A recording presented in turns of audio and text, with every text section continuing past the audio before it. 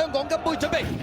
好嚟一起步嘅時候啊，咁啊前面快閘嘅馬有埋邊位置係嗰隻安裕嚟㗎，中間知足常樂走咗上去喎，外面白衫就係嗰隻遨遊氣泡㗎，再出邊位置仲有發財先鋒啦，咁啊埋邊位置係安裕嚟㗎，中間橙帽嗰隻咧就直線力山啦，外邊浪漫勇士都咬咗上去第4位㗎啦，後邊嗰5匹馬有筋斗雲啦，龍船狀元響尾4啊，尾3係標誌5支多巴先生響尾2啊，暫時大墮後嘅馬匹咧係嗰隻美麗同享嚟㗎，開始跑對面直路咯，放頭嘅馬係知足常樂啊，跟住第2位就發財先鋒啦，浪漫勇士已經響第3啊，遨遊氣泡就第4位，第5位嘅馬紅衫係安裕啊，筋斗雲啊黑衫啦，外邊多巴先生灰馬進佔尾5啊，尾4中檔橙衫咁啊有呢隻呢就係直線力山啦，後邊3匹馬標誌5支龍船狀元啊，暫時天后仍然係嗰隻呢美麗同享嚟㗎，去到對面直路中尾段接近1000，前面放嘅馬呢都仲係呢隻知足常樂㗎，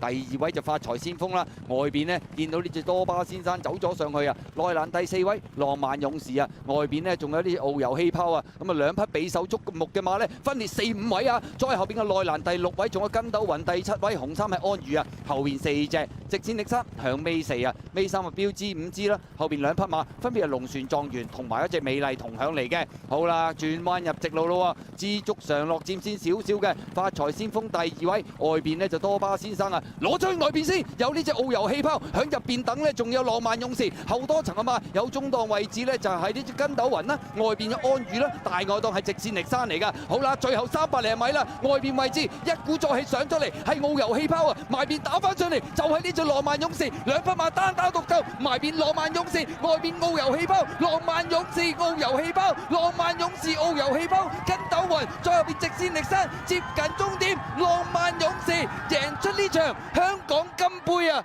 力壓遨遊氣泡，頭2名㗎嘛，掟甩晒後邊啦，筋斗雲第3，直線力山呢就跑第4啊！結果呢隻貴為5項1級賽盟主浪漫勇士，今季先後與揚威呢個澳洲啦，繼而再為港隊擊中一批嘅外敵，咁啊保住個香港杯。而今場嘅香港金杯，亦都係更加係浪漫勇士第6項1級賽嘅殊榮啊！終點前一路頂住隻遨遊氣泡，